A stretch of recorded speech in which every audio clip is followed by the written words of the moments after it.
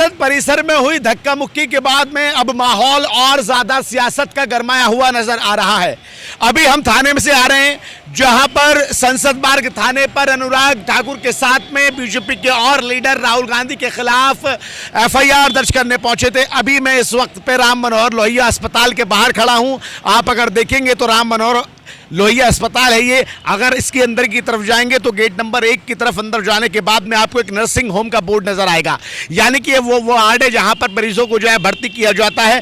इस राम मनोहर लोहिया हॉस्पिटल के अंदर 2 बीजेपी सांसद जो है यहां पर एडमिट हैं।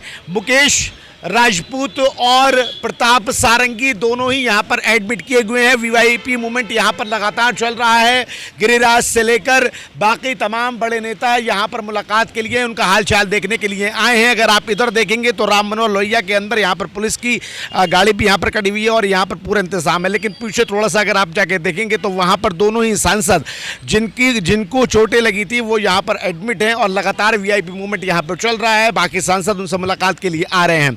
सत्ता पक्ष कह रहा है, इधर सत्ता पक्ष कह रहा है कि जिस तरह से विपक्ष ने हंगामा किया है, विपक्ष इस पूरी धक्का मुक्की के लिए जिम्मेदार है और उधर विपक्ष लगातार धक्का मुक्की के इल्जाम जो है वो सत्ता पक्ष पे लगाता हुआ नजर आ रहा है। राहुल गांधी के खिलाफ संसद मार्ग थाने में एफआईआर भी दर्ज की गई है। एफआईआर के बाद में 4 बजे राहुल गांधी अब अपनी प्रेस कॉन्फ्रेंस करेंगे और इस पूरे घटनाक्रम के बारे में बातचीत करेंगे। लेकिन 2 बड़ी अपडेट मैं आपको बता देता हूं। पहली अपडेट ये कि दोनों ही सांसद इस अस्पताल में एडमिट हैं और लगातार उनसे मिलने का सिलसिला चल रहा है। फिलहाल अभी सीएमओ ने कोई भी मेडिकल रिपोर्ट जो है वो अभी सामने नहीं आई है। थोड़ी देर के बाद में सीएमओ यहाँ पर मेडिकल बुलेटिन जारी करेंगे, जिसके बाद में उन दोनों की हालत के बारे में पता लगेगा।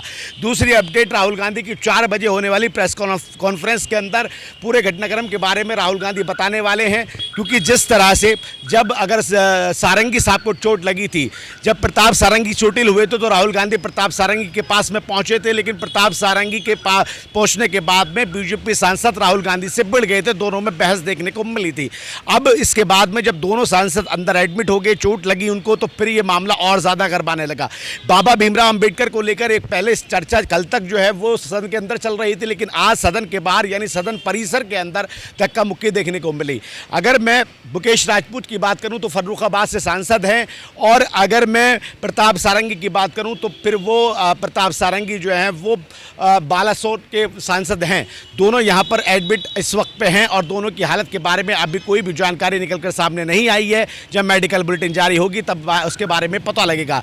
लेकिन फिलहाल बाबा साहब भीमराव अंबेडकर को लेकर मुद्दा लगातार गरमाता जा रहा है और इतना मुद्दा गरमाया कि सत्ता पक्ष और विपक्ष एक दूसरे के आमने सामने हो गए, जिसमें कुछ लोगों को चोटें आई। सबसे पहले मल्लिकार्जुन खड़गे ने स्पीकर से बात करके कहा कि उनको भी चोट आई है, लेकिन उसके बाद में जैसे ही 2 सांसद जो बीजेपी पक्ष के कहा जा सकते हैं, सत्ता पक्ष के कहा जा सकते हैं, उनकी चोटिल होने की खबर आई तो मामला और ज़्यादा गर्मा गया।